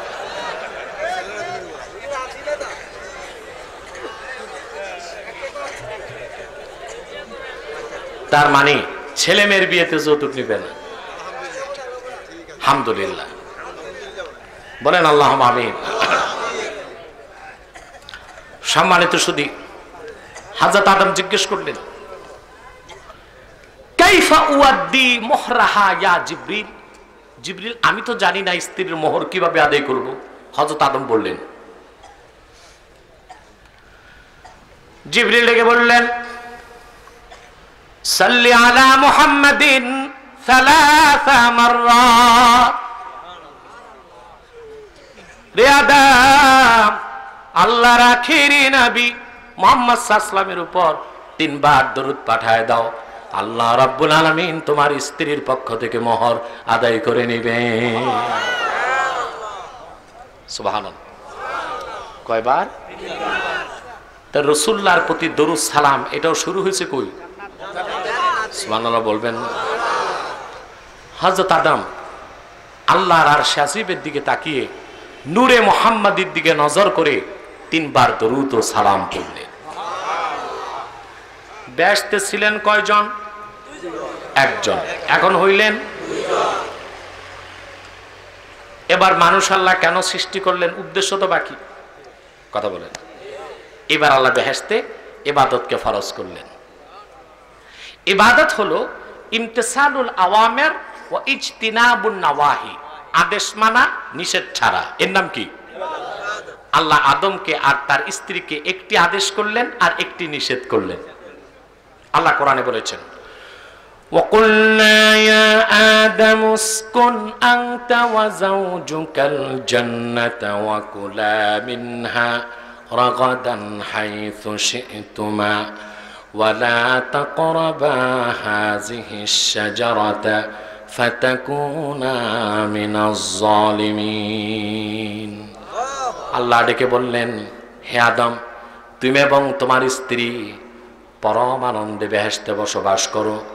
ওয়াকুলা মিনহা রাগাদা, আয় কুলা মিনহা ওয়াসিআ, আর বেহেশতে যা মন চায় প্রাচুর্যের সাথে খাও, মনটা ভরে খাও। বেহেশতে আল্লাহর বান্দা যত খাবে কোনো ব্লাড প্রেশার হবে না, হার্ট অ্যাটাক হবে না, প্যারালাইজ হবে না। রাসূলুল্লাহ বলেছেন, যত খাওয়া খাবে একটা ঢেকুর দিলেই সব হজম হয়ে যাবে। আল্লাহ আদমকে বললেন, তুমি তোমার স্ত্রী বেহেশতে ঘুরে বেড়াও আর যা খুশি মন চায় তা সুবহানাল্লাহ কইবেন। শুধু খাইতে বললেন না, রাগাদা আই ওয়াসিআ, বেশি বেশি খাও। বেশি খাওয়ার জায়গা জান্নাত, আর কম খাওয়ার জায়গা আমরা উল্টা করতেছি। দুনিয়া আমরা বেশি খাই, তবে নিজেরটা বেশি খাই না, দাওয়াত খেতে গেলে পরেরটা বেশি খাই। ঠিক না? এমন কিছু খাদক, রাক্ষস, সোসা প্রকৃতির মানুষ আমাদের সমাজে আছে। দাওয়াত খেতে গেলে জম্মের খাওয়া খায়। খাওয়ার পর বের হয়েছে বল্টু, সল্টু জিজ্ঞেস করে কি খাইলা? কয় পেটটা ভালো না, বেশি পারি নেই খাইতে। তো কি খাইছো? কয় বেশি না, 8 প্লেট পোলাও, 10টা রোস্ট, 6টা ব্রোস্ট, কাবাব খাইছি 17টা, বোরহানি 10 গ্লাস, জর্দা 3 প্লেট। বেশি খাইতে পারে নাই, পেটটা ভালো না। ভালো থাকলে কি জন্য খাইত? খাওয়ার প্রতি আমরা খুব দুর্বল। আমি এমন অনেক কমার্শিয়াল বক্তা দেখেছি যার গাড়ির পিছে 4টা টিফিন ক্যারি থাকে। এক রাতে 4 দাওয়াত, এক জায়গায় খায়, 3 জায়গাটা ফিলা। ঠিক কিনা? টিফিন ক্যারি ভরে নিয়ে যায়। দরকারটা কি এত খাওয়ার পাগল হওয়ার? যত কম খাবেন তত ভালো থাকবেন, ঠিক কিনা? কিন্তু বেহেশতে যত খাবেন তত আপনি আনন্দ পাবেন। সুবহান। আদমকে আল্লাহ বললেন বেহেশতে ঘুরো, থাকো, খাও, মনটা ভরে খাও। এটা একটা আদেশ, সাথে একটা নিষেধ করলেন, ওয়ালা তাকরাবা হাযিহিশ শাজারা, এই একটি বৃক্ষের কাছেও যেও না, যদি যাও ফাতাকুনা মিনাজ জালিমিন, তাহলে তোমরা ক্ষতিগ্রস্তদের কাতারে শামিল হয়ে যাবে। মানুষকে আল্লাহ তৈরি করলেন, সঙ্গে সঙ্গে ইবাদত ফরজ করে দিলেন। তারপর ঘটনা বলবো না, শয়তানের প্ররোচনায় হযরত আদম আল্লাহর হুকুমটার মানতে পারেন নাই, ঠিক কিনা? গন্ধম খেলেন, তিনিও খেলেন, তার স্ত্রীও খেলেন। তারপর পোশাকগুলো আল্লাহ তাআলা খুলে দিলেন। পোশাকগুলো থাকুক না। তারপর আল্লাহ তাদেরকে বেহেশত থেকে বহিষ্কার করলেন। একজন আসলো জেদ্দায়, আরেকজন শ্রীলঙ্কায়। সুবহানাল্লাহ। আল্লাহ তাদেরকে 2টা পানিশমেন্ট দিলেন। একটা হলো বেহেশতের বাড়ি থেকে বহিষ্কার। বাড়ির থেকে বের করলে মানুষের কষ্ট সবচেয়ে বেশি লাগে, ঠিক আছে? 2, বিরহ যন্ত্রণা। স্বামী এক জায়গায়, স্ত্রী জুদা। এই বিরহ যন্ত্রণা অনেক পীড়াদায়ক। দেখে না বাংলাদেশে কিছু গান গায়, বাউল নামের ফাউলরা আছে না? এই বিরহের গানকে কি যেন বলে, বাচ্চারাও বলে ফাইটা যায়, ফাইটা যায়। কি এটা? আহা, কি ফাইটা যায়? এটা গানে বলার দরকার কি? তোমারটা ফাইটা গেছে, সুপারগুলো দিয়ে আটকাও। কিন্তু গানের মাধ্যমে বেহাপনা ছড়িয়ে আমার যুব সমাজকে বিচ্যুত করার অধিকার তোমাকে কে দিয়েছে? এই যে বলে ফাইটা যায়, এটা বিরহের গান। কিসের? আল্লাহ আদমকে বিরহ যন্ত্রণা দিলেন, স্বামী এক জায়গায়, স্ত্রী। সুবহানাল্লাহ। পৃথিবীতে এসে এই যে তিনি কান্না শুরু করলেন, আদম লজ্জায় তাফসীর খাজেনে এসেছে 300 বছর তিনি আকাশের দিকে তাকান নাই। শুধু ওনার উপর 2 রাকাত নামাজ ফরজ ছিল, শুধু ফজরের 2 রাকাত। করাকাত? মাটির দিকে চোখ করে শুধু কানতেন, তওবা করতেন, কানতেন, তওবা করতেন, কানতেন, তওবা করতেন। সুবহানাল্লাহ। এত চোখের পানি ঝরেছে, খাতিব কাস্তালানি লিখেছেন আদমের চোখের পানি দিয়ে আল্লাহ চন্দন গাছ বানাই দিয়েছে। এই 1 কেজি চন্দনের দাম আসলটা 1 লক্ষ টাকা। সুবহান। হঠাৎ করে আদমের মনে পড়ল বেহেশতের কথা। তিনি যখন সাজদা থেকে মাথা তুলেছিলেন, আল্লাহর আরশে আজিমে আল্লাহর নামের সাথে মুহাম্মদ সাল্লাল্লাহু আলাইহি ওয়াসাল্লামের নাম লেখা দেখেছিলেন। তিনি আল্লাহর আরশে আজিমে নূরে মুহাম্মাদি দেখেছিলেন। তিনি আল্লাহকে জিজ্ঞেস করেছিলেন মুহাম্মদ সাল্লাল্লাহু আলাইহি ওয়াসাল্লাম কে? আল্লাহ বলেছিলেন লাউলাহু লামা খালাকতুকা ওয়ালা সামাআন ওয়ালা আরদা, মুহাম্মদ সাল্লাল্লাহু আলাইহি ওয়াসাল্লামকে যদি না বানাতাম তোমাকেও বানাতাম না, আকাশও বানাতাম না, আদম জমিনও বানাইতাম না। দুনিয়া আসার পর মনে পড়ছে সেই কথা। তিনি হাত তুলে আল্লাহকে ডেকে বললেন আল্লাহুম্মা ইন্না নাতাওয়াসসালু ইলাইকা বিওয়াসিলাতি নবিকাল খাতিম হাবিবিকাল মুহতারাম মুহাম্মাদিন সাল্লাল্লাহু আলাইহি সাল্লাম। মালিক,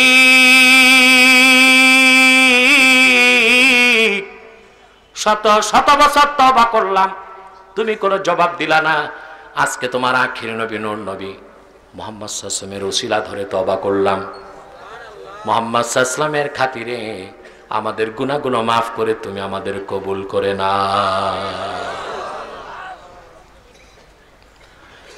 সঙ্গে সঙ্গে আল্লাহর পক্ষ থেকে তওবা কবুলের জন্য দরজা খুলে দেওয়া হলো। সূরা বাকারাতে আল্লাহ বলেন, ফাতালাক্কা আদামু মির রাব্বিহি কালিমাত, আল্লাহর পক্ষ থেকে হযরত আদম কিছু শব্দ পেয়ে গেলেন। আল্লাহ তারে শব্দ শিখায় দিলেন, কোন শব্দে তওবা করলে তওবা কবুল হবে।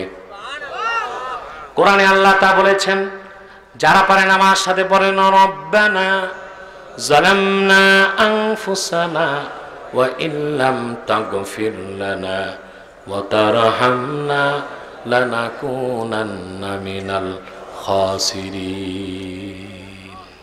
আল্লাহু আকবার।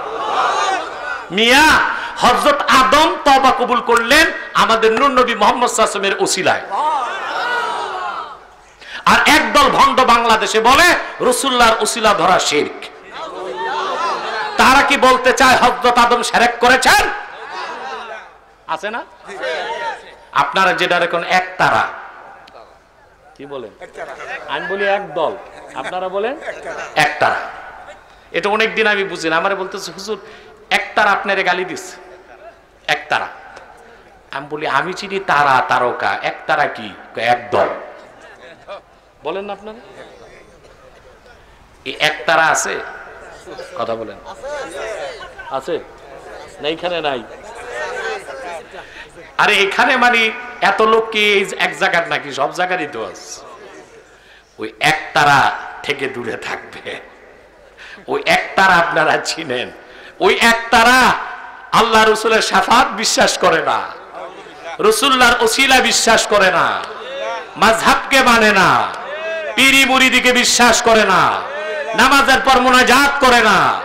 ওই একতারা বলে তারাবি 8 রাকাত, ওইতের 1 রাকাত। ওই একতারা ভণ্ড, আল্লাহর দ্বীনের শত্রু, ইহুদিদের কাছে পারচেজ হয়ে আছে। দূরে থাকবেন তাদের থেকে।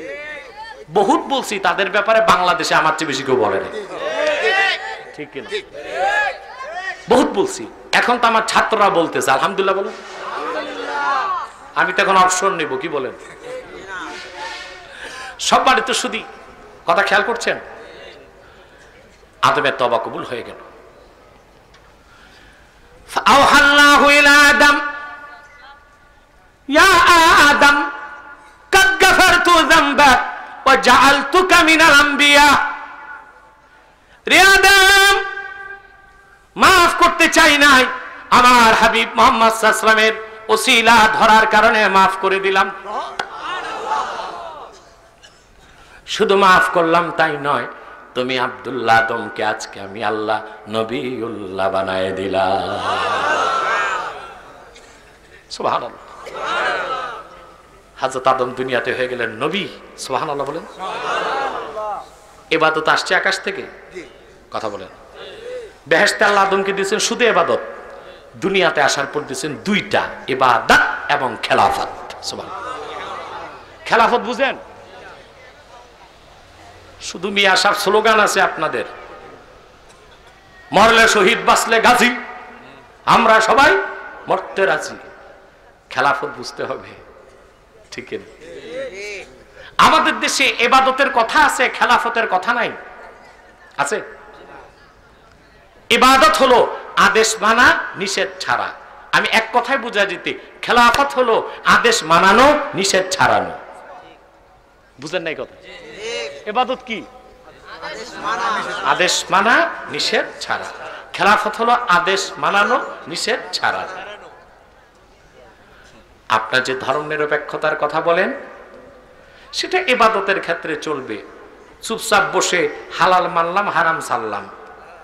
খেলাফতের প্রশ্নে কোন নিরপেক্ষতা চলবে না। আল্লাহ শুধু ইবাদত দেন নাই, খেলাফত দিয়েছেন। আদেশ মানতে হবে, নিষেধ ছাড়তে হবে। আদেশ মানাতে হবে, নিষেধ ছাড়াতে হবে, প্রয়োজনে ফোর্স অ্যাপ্লাই করতে হবে। ঠিক কিনা বলেন? আদেশ মানতে হবে, নিষেধ, আদেশ মানাতে হবে, নিষেধ। ওইটা খেলাফত। ওইটা কি? আদেশ মানা, নিষেধ ছাড়া, এটা ইবাদত। আদেশ মানানো, নিষেধ ছাড়ানো, এটা কি? কথাটা একটু বুঝাই, কথা বলেন। অনেকে বলে হুজুর আপনারা জোনপুরের যারা, ফুরফুরার যারা, আরো হক্কানি দরবারের যারা রাজনীতি করেন না কেন, আমি বলি ভাই সবাই রাজনীতি করে না, কেউ রাজনীতি করে, কেউ রাজনীতি শিখায় নাকি? আমরা রাজনীতি শিখাই, রাজনীতি করতে পারি না। আমাদের কাছে তো সব স্টুডেন্ট আসবে, কথা বলেন। আর আমরাও যদি রাজনীতি শুরু করি তো স্টুডেন্ট আসবে? এক দলের আসবে, আরেক দলের। জনপুর ফুরফুরার দরজা খোলা, সকল রাজনৈতিক দলের কর্মীরা এসে আল্লাহর কোরআনের রাজনীতি তাদের কাছ থেকে শিখে যাও। এই জন্য আমরা রাজনীতি করি না, রাজনীতি ভুল বললাম ভাই সব। এবার বুঝেন, আদেশ মানো নিষেধ ছাড়ো, এটা ইবাদত। আদেশ মানাও নিষেধ ছাড়ো, এটা কি? আল্লাহ রাব্বুল আলামিন শুধু ইবাদতের কথা কোরআনে বলেন নাই, খেলাফতের কথা বলেছেন। সূরা হজ্জ আল্লাহ বলেন, আল্লাযীনা ইম্মাক্কান্নাহুম ফিল আরদি আকামুস সালাতা ওয়া আতাউয যাকাতা ওয়া আমারু বিল মা'রুফি ওয়া নাহাউ আনিল মুনকার ওয়ালিল্লাহি আকিবাতুল উমুর। আল্লাহ রাব্বুল আলামিন বলেন, যদি আমি আমার দোস্ত মুহাম্মদ সাল্লাল্লাহু আলাইহি সাল্লামের ইমানদার উম্মতকে ভূপৃষ্ঠের সত্ত্বাধিকারী বানিয়ে দেই, প্রোপাইটার বানিয়ে দেই, তারা নামাজ কায়েম করবে, যাকাত আদায় করবে, সৎ কাজে আদেশ করবে, অসৎ কাজে বাধা দিবে, সুবহানাল্লাহ বলবেন না? তার মানে মুমিনকে, উম্মতে মুহাম্মাদীকে আল্লাহ শুধু ইবাদত দেন নাই, খেলাফত দিয়েছেন। তারা আদেশ মানবে, নিষেধ ছাড়বে, আদেশ মানাবে, নিষেধ ছাড়াবে। আমি একটু ব্যাখ্যা দিচ্ছি। আল্লাহর হুকুম, যে নামাজ পড়বে না, নামাজ ছেড়ে দিবে, তারে শাস্তি দিতে হবে। বেনামাজির কি শাস্তি? ইমামে আহমদ বিন হাম্বল বলেছেন, ইন্না তারিকা সলাতি ইউকাফফার ওয়া ইউকতালু মুরতাদ্দা। যে ব্যক্তি নামাজ পড়বে না, আহমদ বিন হাম্বল বলেছেন, তাকে কাফের ফতোয়া দেওয়া হবে এবং তাকে হত্যা করা হবে। হত্যার পরে তার নামাজ নাই, জানাজা নাই, দাফন নাই। কে বলেছেন? নাম শুনছেন নাকি? সারা আরব ওনার মাযহাব মানে, তিনি বুখারীর ওস্তাদ। শাফিয়ার মালিক বলেছেন, ইন্না তারিকা সলাতি লা ইউকাফফার ওয়ালাকিন ইউকতালু হাদ্দা। বেনামাজিকে কাফের বলা যাবে না, কিন্তু বেনামাজির শাস্তি হলো মৃত্যুদণ্ড। তাহলে আমার ভাইয়েরা, চারটি মাযহাবের, তিনটি মাযহাবের মতে বেনামাজির শাস্তি হলো মৃত্যুদণ্ড। শুধু রইল আমাদের মাযহাব। আমাদের মহান ইমাম আবু হানিফা রাহমাতুল্লাহ বলেছেন, যার নাম ইমাম আজম, ঠিক না? আমার মাযহাবী ভাইরা বলে থাকে আবু হানিফা নাকি হাদিস বুঝে নাই। তোমাদের হেদায়েতের জন্য একটি তথ্য আমি আজকে দিয়ে যাচ্ছি, আহলে হাদিস ভাইরা একটু চোখটা বন্ধ করে চিন্তা করে নিবা। ইমাম আবু হানিফা বলেছেন বেনামাজির শাস্তি কি? তিনি বলেছেন, ইন্না তারিকাস সালাহ লা ইউকাফফার ওয়া লা ইউকতাল ওয়ালাকিন ইউহবাসু ওয়া ইউদরাবু হাত্তা ইউসাল্লিয়া। বেনামাজিকে কাফের বলা যাবে না, তাকে হত্যা করা যাবে না, বরং তাকে অ্যারেস্ট করা হবে। আর যতক্ষণ নামাজ না পড়বে তাকে বেত দিয়ে পিটানো হবে। বড় আশ্চর্য হবেন আহলে হাদিস ভাইরা, আরব, যেই আরবে আল্লাহর কোরআন দিয়া দেশ চলে, সেই দেশে শ্রেষ্ঠ ইবাদত নামাজের বেলায় তারা আহমদ বিন হাম্বলের ফতোয়া নেয় নাই, শাফিরটা নেয় নাই, মালিকেরটা নেয় নাই, আমার ইমাম আজমের ফতোয়া নিয়েছে। তাতেই বোঝা যায় আবু হানিফা শুধু ইমাম না, ইমামে আজম। কিয়ামত তক সমস্ত মুজতাহিদ এবং ফকিহরা আবু হানিফার কাছে ঋণগ্রস্ত, ঠিক কিনা? তোমরা কি বুঝবা লামাজাবি ভাইরা? 2 পাতা বই পড়ছো, গাইড পড়ছো, হ্যাঁ, বামন হইয়া চাঁদ ধরতে চায়। কি ধরতে চায়? চাঁদ ধরতে চায়। আমি আজকে বললাম আহলে হাদিস ভাইরা, তোমরা তোমাদের উস্তাদদের কাছে জিজ্ঞেস করিও যে আরবে বেনামাজির শাস্তি কোনটা নেওয়া হয়েছে। যেই দেশ আরব আল্লাহর কোরআন দিয়ে চলে, সেই দেশে বেনামাজির শাস্তি হাম্বলেরটা নেওয়া হয় নাই, শাফিরটা নেওয়া হয় নাই, মালিকেরটা নেওয়া হয় নাই, ইমামে আজম আবু হানিফারটা নেওয়া হয়েছে। তাতেই বোঝা যায় আবু হানিফা ইমামে আজম, ঠিক কিনা বলে?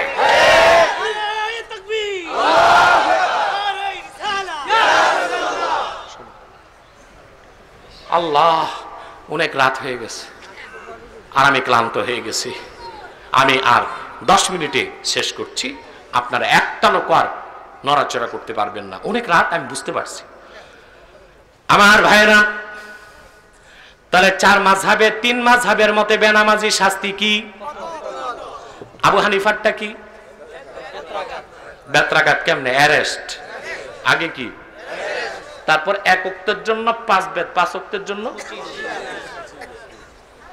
মুসলমান 3 মাযহাব বাদ দিলাম, আমাদের মাযহাবের ফতোয়া তো বেনামাজি শাস্তি 25 বেত। তা তো তোমরা দিতেই পারো না, বরং তোমরা বেনামাজিকে মেম্বার বানাও, চেয়ারম্যান বানাও, এমপি বানাও, মন্ত্রী বানাও, সমাজে প্রতিষ্ঠিত করছো, ঠিক কিনা বলে? কেন? তুমি দল যেটাই করো, তোমার দলেও তো একজন নামাজি আছে। দল আপনার হইতে পারে ভিন্ন ভিন্ন, পারে না? কিন্তু প্রত্যেকটা দলে কিছু ভালো মানুষ আছে, কিছু নামাজি আছে। কথা বলেন। আমি যতটুকু জানি, আপনাদের যিনি আব্দুল মতিন খসরু, তিনি 5 ওয়াক্ত নামাজি। অনেকবার আমার সাথে বসেছে, কথা বলেছে, আমি বুঝতে পেরেছি লোকটি তাহাজ্জুদও পড়ে, ঠিক কিনা? এভাবে প্রত্যেকটা দলে কিছু ভালো মানুষ আছে, নামাজি আছে, হালালখোর আছে। আমরা আমাদের যেই দলকে পছন্দ, সেই দলের নামাজি এবং হালালখোরকে ইস্টাবলিশ করব, বেনামাজি আর সুদখোরকে প্রত্যাখ্যান করব। রাজি আছে? তাহলে সমাজের রং বদলে যাবে ইনশাআল্লাহ, ঠিক কিনা বল? সম্মানিত শুধু তার বেনামাজি শাস্তি কি?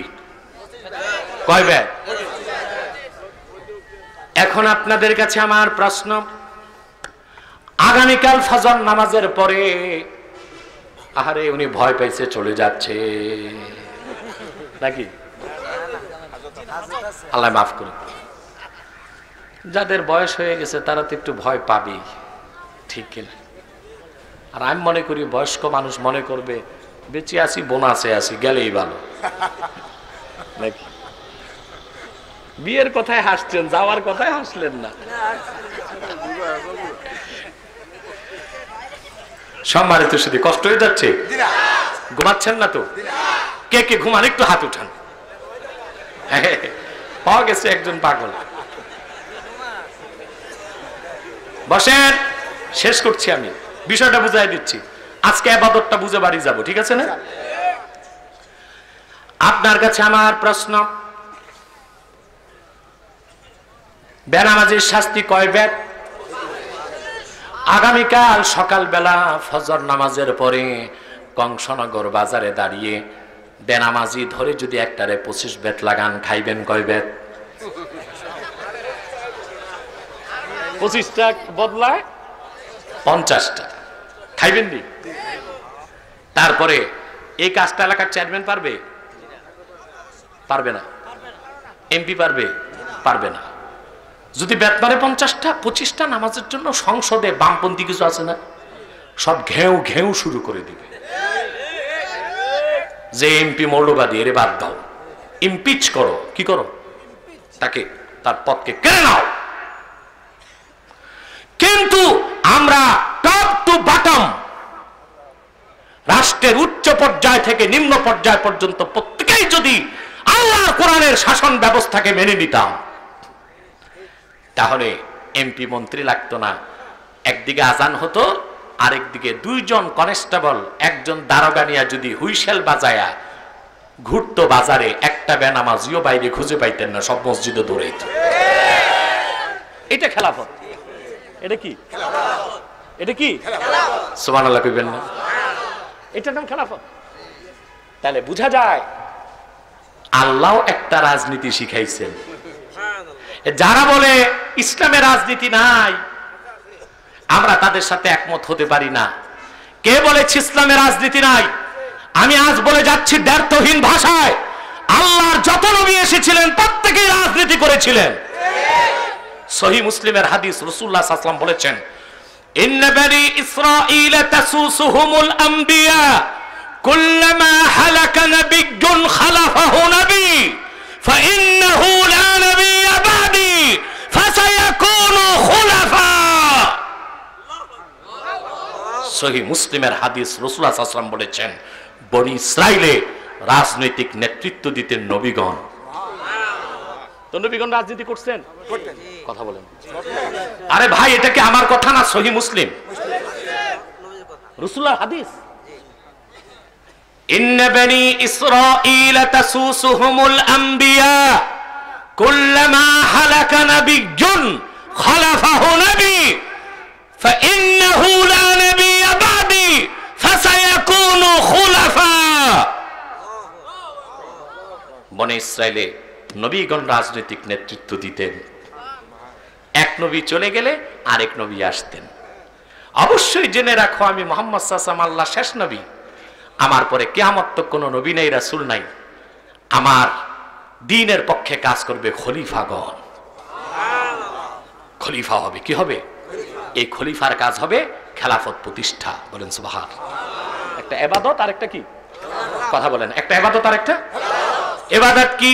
আদেশ মানা, নিষেধ ছাড়া। খেলাফত হলো আদেশ মানানো, নিষেধ ছাড়ানো। ঠিক কিনা বলেন? আমার ভাইরা, আল্লাহ বলেছেন মদ পান করো না।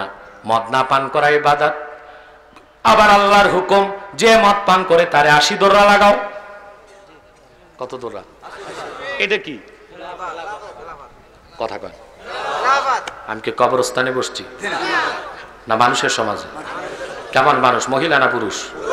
শুধু পুরুষ না কাপুরুষ না সুপুরুষ? সুপুরুষের আওয়াজ হবে সিংহের মতো। মদ পান করো না, এটা ইবাদত। মদ পান করলে ওই লম্পটটারে 80 দোররা লাগাও। এটা কি? আজকে বাংলাদেশের সবচেয়ে বড় সমস্যা ড্রাগ অ্যাডিকশন, মাদকাসক্তি। সোনার যুবকগুলো ইয়াবার খপ্পরে পরে ধ্বংস হয়ে যাচ্ছে। ঠিক কিনা বলে? আমি একটি সমীক্ষাতে দেখেছি, বাংলাদেশে 15 থেকে 30 বছর বয়সের 70 লক্ষ যুবক এবং কিশোর ইয়াবা খাচ্ছে। কত? সরকার প্রশাসনের কোনো ত্রুটি নাই ইয়াবা মুক্ত বাংলাদেশ করতে, কিন্তু পারতেছে না। কিভাবে পারবে? মানুষ আছে 16 কোটি, পুলিশ আছে 1.5 লাখ। তো একজন পুলিশের ভাগে পড়ে 15,000 মানুষ। কত? একজন পুলিশের পক্ষে 15,000 মানুষকে ডান্ডা আর আইন দিয়া চেক এন্ড ব্যালেন্স করা সম্ভব। কিন্তু যদি আমরা ডেমোক্রেসি বাদ দিতাম, ন্যাশনালিজম, ক্যাপিটালিজম, সেকুলারিজম বাদ দেয়া খেলাফতের কনসেপ্ট নিতাম, আর এই নেশাখোরগুলোর ধরে ধরে যদি প্রত্যেকটা উপজেলা কমপ্লেক্সের বারান্দায় 80টা করে দৌড়া মারা হইতো, ইয়াবা তো খাইতোই না, বাবা বলতে বলতে বাড়ি যাইত। ঠিক কিনা? তাহলে আমরা শুধু খেলাফত ইবাদত করব না খেলাফত চাই? সেটা আল্লাহ বলেছেন, আল্লাহ না'বুদা ইল্লাল্লাহ, আল্লাহ ছাড়া কারো ইবাদত করব না। ওয়ালা নুশরিকা বিহি শাইআ, আল্লাহর সঙ্গে কাউকে শরীক করব না। ওয়ালা ইয়াত্তাখিযা বা'দুনা বা'দান আরবাবাম মিন দুনিল্লাহ, এবং আল্লাহকে বাদ দিয়ে আমরা অন্য মানুষকে রব বানাবো না। রাজি আছেন? সাদাকাল্লাহুল আযীম ওয়া সাদাকা রাসূলুহুন নবিয়ুল কারীম ওয়া নাহনু আলা যালিকা মিনাশ শাহিদিন ওয়াশ শাকিরিন আলহামদুলিল্লাহি রাব্বিল আলামিন। আল্লাহ যেন আমাদের সকলকে কবুল করেন, মঞ্জুর করেন, বলুন আল্লাহুম্মা আমিন। আমি উত্তর দিয়ে চলে যাচ্ছি। নামাজ ভুল হলে তো সহিহ সিজদা। আমি উত্তর দিয়ে চলে যাচ্ছি। নামাজ ভুল হলে তো সহিহ সিজদা